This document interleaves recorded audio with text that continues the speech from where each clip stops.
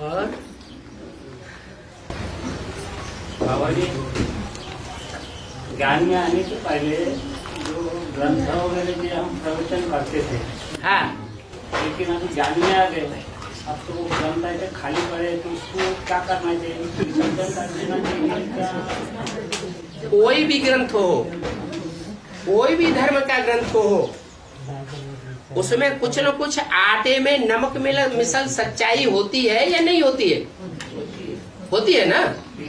जैसे गीता है सर्वोपरि ग्रंथ, तो गीता का अगर आलोड़न करेंगे, भले मनुष्यों की लिखी हुई है, तो उसमें बाबा के सिद्धांत मिलेंगे कि नहीं मिलेंगे? ढेर सारे सिद्धांत, और सबसे जास्ती सच्चाई कौन से ग्रंथ में मिलेगी? गीता में मिलेगी।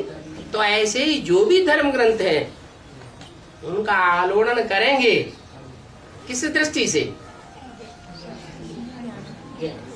उनसे हम पढ़ाई नहीं पढ़ेंगे, लेकिन जो उसको मानने वाले लोग हैं, जिनकी आस्था उन ग्रंथों पर बैठी हुई है, उनको समझाने के लिए हम उस पर मनन चिंतन मंथन करके उन पॉइंट्स को निकालेंगे।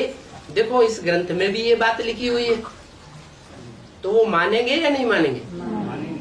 तो अच्छी बात है, इसीलिए मुरली में भी बोल दिया है।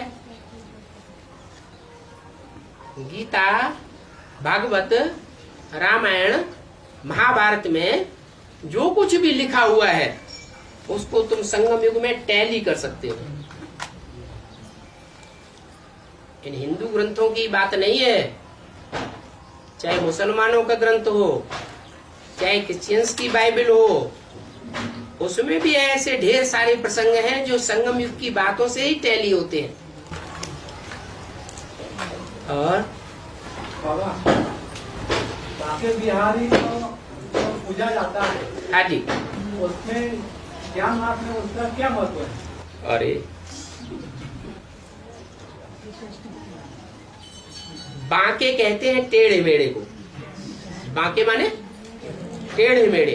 भक्ति मार्ग में कृष्ण जब बंसी बजाता हुआ खड़ा हुआ है, तो कैसा दिखाया गया? टेढ़ा मेढ़ा। तुम मेरे मन में बसो सदा त्रिभंगी लाल, 3 जगह से टेढ़ा है। तो माने अड़भंगी चाल है, उस चाल को सब कोई समझ नहीं सकते। शंकर को भी अड़भंगा कहते हैं, महाकाली को भी अड़भंगा कहते हैं, इसलिए बांके बिहारी कहा जाता है। और